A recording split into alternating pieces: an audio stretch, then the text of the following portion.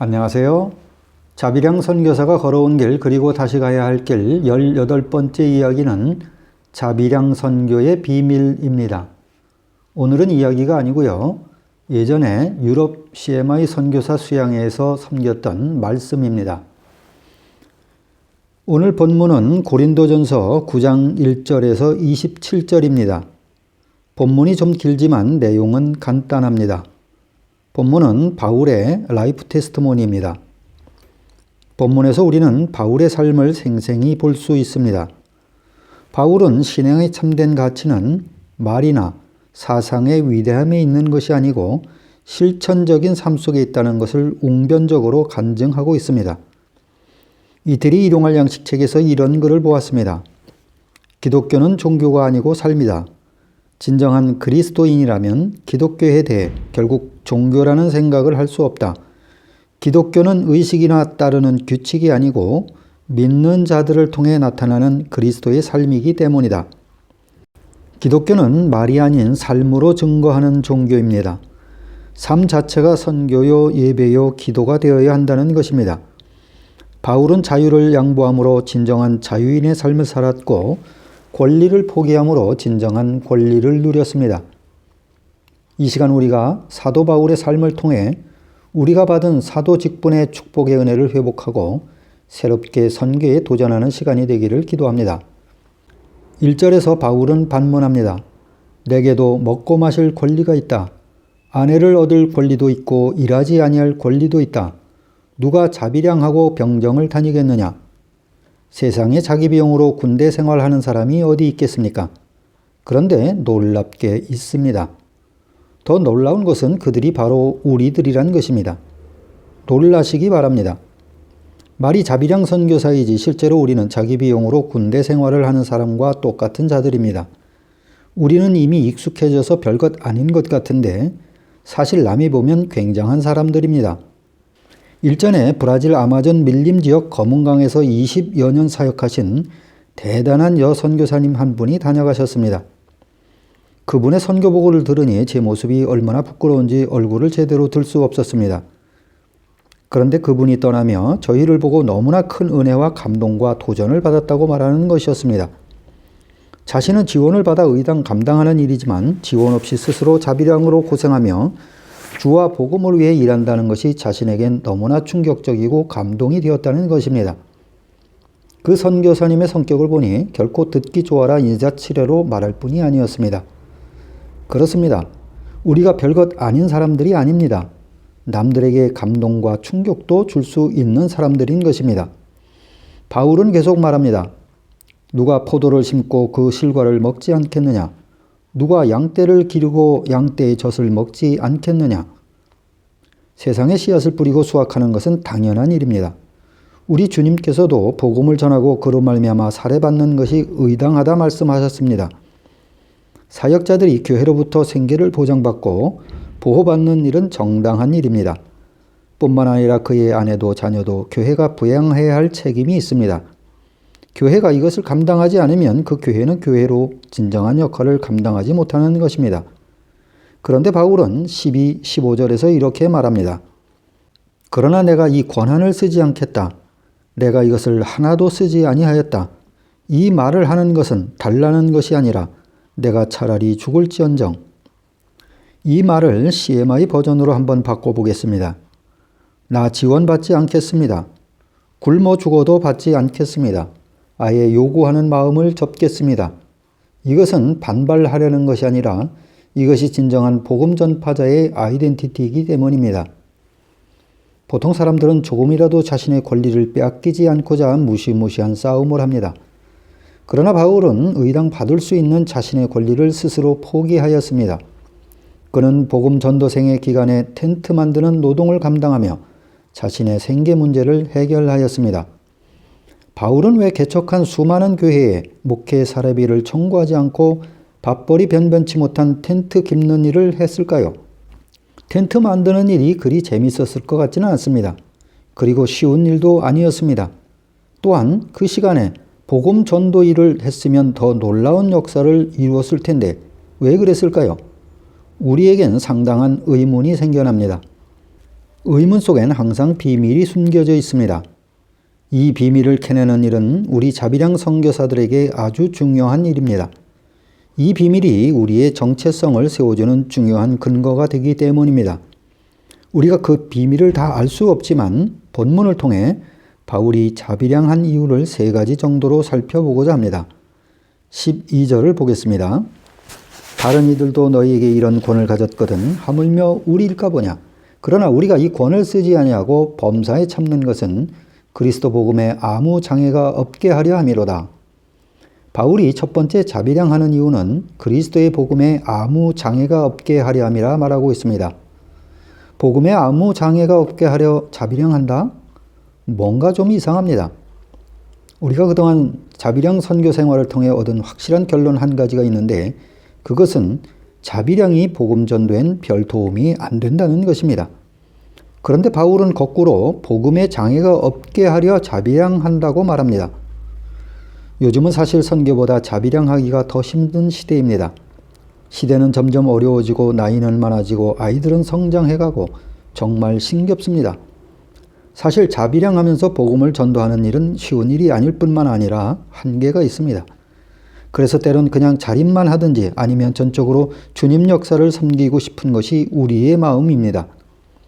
우리가 복음을 전하는데 전임 사역자가 되면 참 좋고 잘할 것만 같습니다. 그러나 사실 그렇지는 않습니다. 우리가 잘 몰라서 그렇지 전임 사역자들에게 얼마나 많은 매임이 있고 갈등을 겪을 만큼 고충도 대단히 많음을 보게 됩니다. 좋은 예가 될지 모르겠지만 예전에 어느 한인교회 목사님이 BMW 신형차를 타고 다닌 적이 있습니다. 그 목사님은 여러 지역을 다녀왔기 때문에 시간상 안정상 좋은 차가 필요했고 교회 돈도 아닌 자신의 돈으로 구입하였습니다. 그런데도 얼마나 말이 많았는지 모릅니다. 목사님 댁의 식탁이 풍성하면 어떻습니까? 별로 은혜가 안 됩니다. 목사님이 브랜드 옷을 입고 나타나면 멋지다는 생각을 하기보다 무슨 돈으로 사셨을까 생각하게 됩니다. 주의 종들이 잘 먹으면 안 됩니까? BMW를 타고 다니면 안 됩니까? 오지에 수고하시는 선교사님들은 더 지원받고 더 잘 먹어야 되지 않겠습니까? 그들이 굳이 굶고 병들어야 은혜가 되는 이유가 무엇입니까? 그런데 세상은 그렇게 봐주질 않습니다. 주의 종들은 기본적인 일상생활에조차 권리 주장도 복음 전도에 방해를 받는 것이 보편적입니다. 목사님은 조금만 실수해도 성도가 시험에 들고 사역자는 조금만 쉬어도 손가락질 받는 것입니다. 잘 먹으면 잘 먹는다, 못 먹으면 못 먹는다 말이 많습니다. 반면 자비량 사역자는 어떠합니까? 새 차를 사도 은혜, 저녁상이 풍성하도 은혜, 브랜드 옷을 입어도 은혜, 이래도 은혜 저래도 은혜, 만사가 다 은혜입니다. 아멘입니다.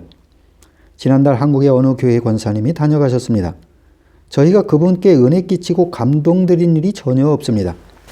그런데 권사님이 얼마나 은혜를 받으셨는지 갖고 있는 돈을 다 헌금하시고 비행기를 타고 가시며 그렇게 우셨다고 합니다. 자기 집도 없이 영주권도 없이 노후 대책도 없이 힘겹게 살아가면서도 기쁨으로 아낌없이 섬기는 우리 선교사님들의 마음에 감동 감화를 받으신 것입니다. 그분의 고백은 한국에 돌아가 새롭게 신앙생활을 하시겠다는 것이었습니다. 이와 같이 자비량 사역자는 별것 아닌 일로도 이토록 큰 은혜를 끼치는 것입니다. 18절을 보겠습니다. 그런즉 내 상이 무엇이냐? 내가 복음을 전할 때 값없이 전하고 복음으로 인하여 내게 있는 권을 다 쓰지 아니하는 이것이로다. 이제 바울은 자비량하는 두 번째 이유를 말합니다.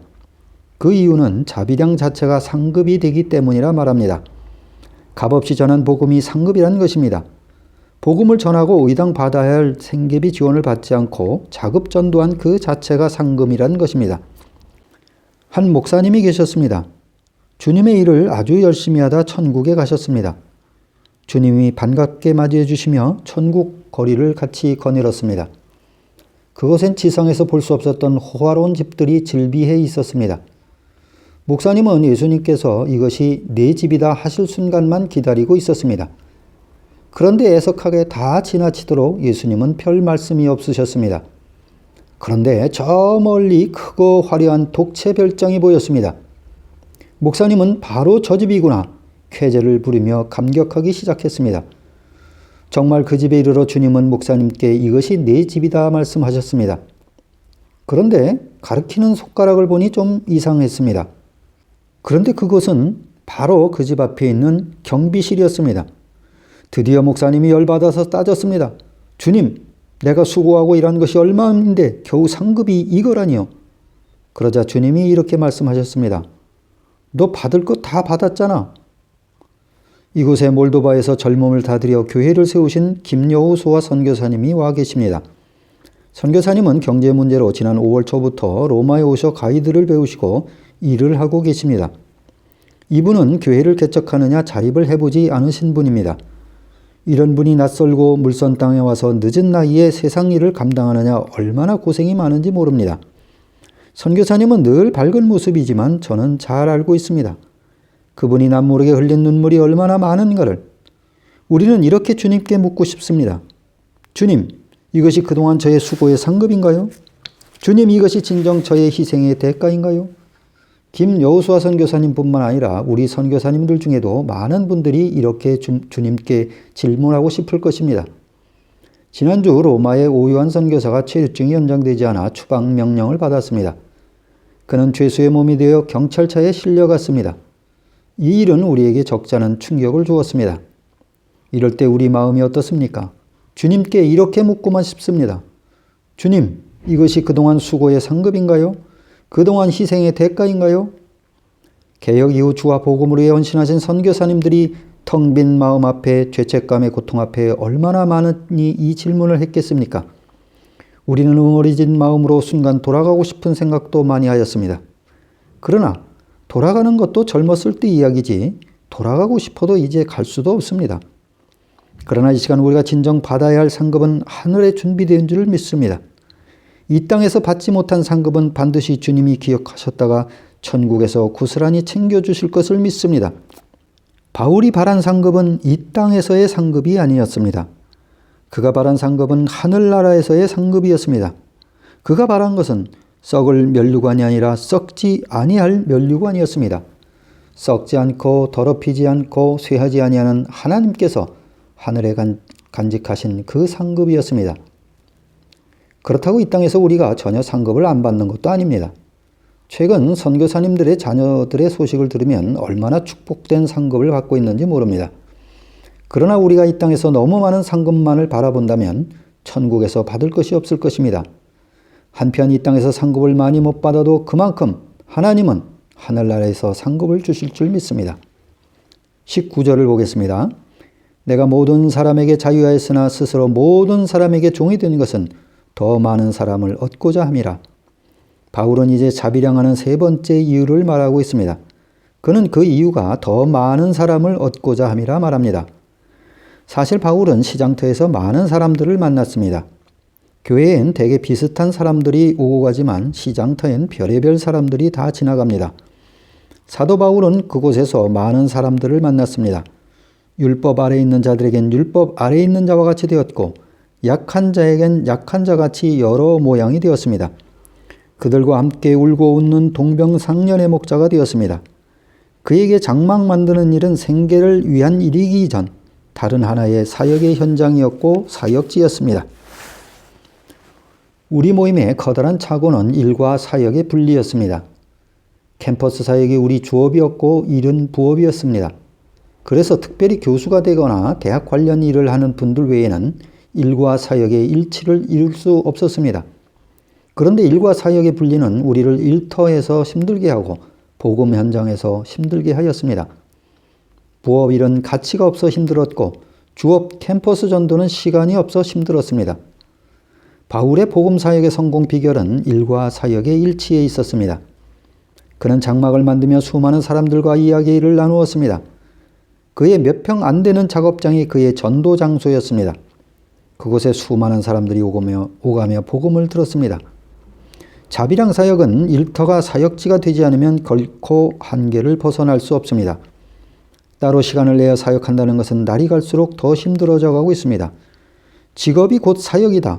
이것이 우리 모임에 새롭게 정립되지 않는 한 우리는 자비랑 선교의 한계를 극복하는 길은 요원하기만 할 것입니다. 한편 자비랑 사역자는 늘 일로 바쁘고 피곤하고 지치기 쉬워 깨어 있지 않으면 전도를 하거나 교회 일을 제대로 할 수 없습니다. 그런데 이런 통계가 있습니다. 전임 사역자도 식사를 안 하고 전도만은 할 수 없습니다. 청소도 해야 하고 빨래도 해야 하고 시장도 봐야 합니다.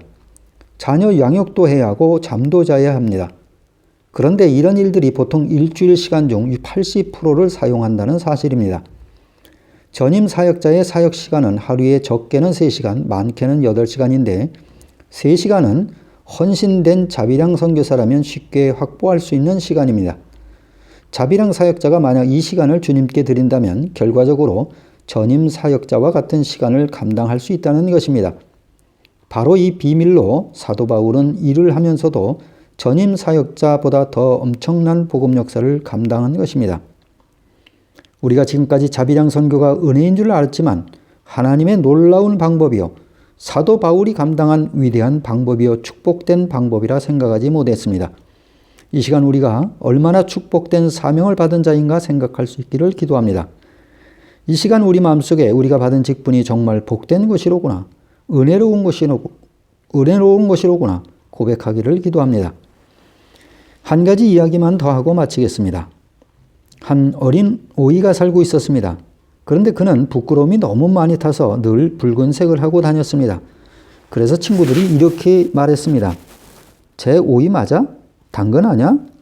한두 번도 아니고 매번 이런 말을 듣다 보니 어린 오이는 자신의 정체성에 의구심을 갖기 시작했습니다. 내가 정말 오이 맞을까? 그래서 그는 어느 날 진중한 자세로 엄마를 찾아가 물어보았습니다. 엄마, 나 오이 맞아? 그러자 엄마가 이렇게 대답했습니다. 당근이지. 그래서 어린 오이는 그날로 가출했답니다. 이것은 웃을 이야기가 아닙니다. 우리 스스로 묻습니다. 나 선교사 맞아? 남들이 이렇게 말합니다. 저 사람 매일 일만 하고 선교사 맞아? 우리가 캠퍼스에 나가 복음을 전하고 학생들을 돕고 제자를 양성할 땐 선교사가 맞는 것 같습니다. 그런데 정신없이 일만 하고 아이들을 키우고 별로 하는 일이 없을 때는 이런 의구심이 생겨납니다. 그런데 바울은 우리에게 말합니다. 그분으로 말미암아 우리가 은혜와 사도의 직분을 받았습니다. 우리를 이방인을 위하여 부르시고 그들의 제사장 직무를 맡기셨습니다. 이는 내 뜻도 CMI 뜻도 아닌 주님의 뜻입니다.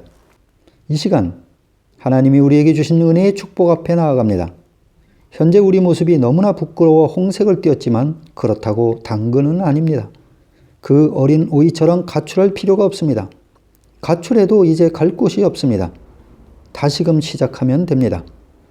바울의 자랑은 그가 남긴 위대한 업적이 아니라 그가 하나님으로부터 이방인을 위해 그리스도의 예수의 일꾼이 되었고 하나님의 복음의 제사장 직무를 맡았고 이방인을 제물로 드리게 했다는 것이었습니다. 즉 그의 상급은 주님이 복음 역사에 참여시켜 주신 은혜 그 자체였습니다. 이와 같이 우리가 받은 바 사명, 우리가 주의 일을 감당하는 것 그 자체가 우리의 진정한 상급이 되기를 기도합니다.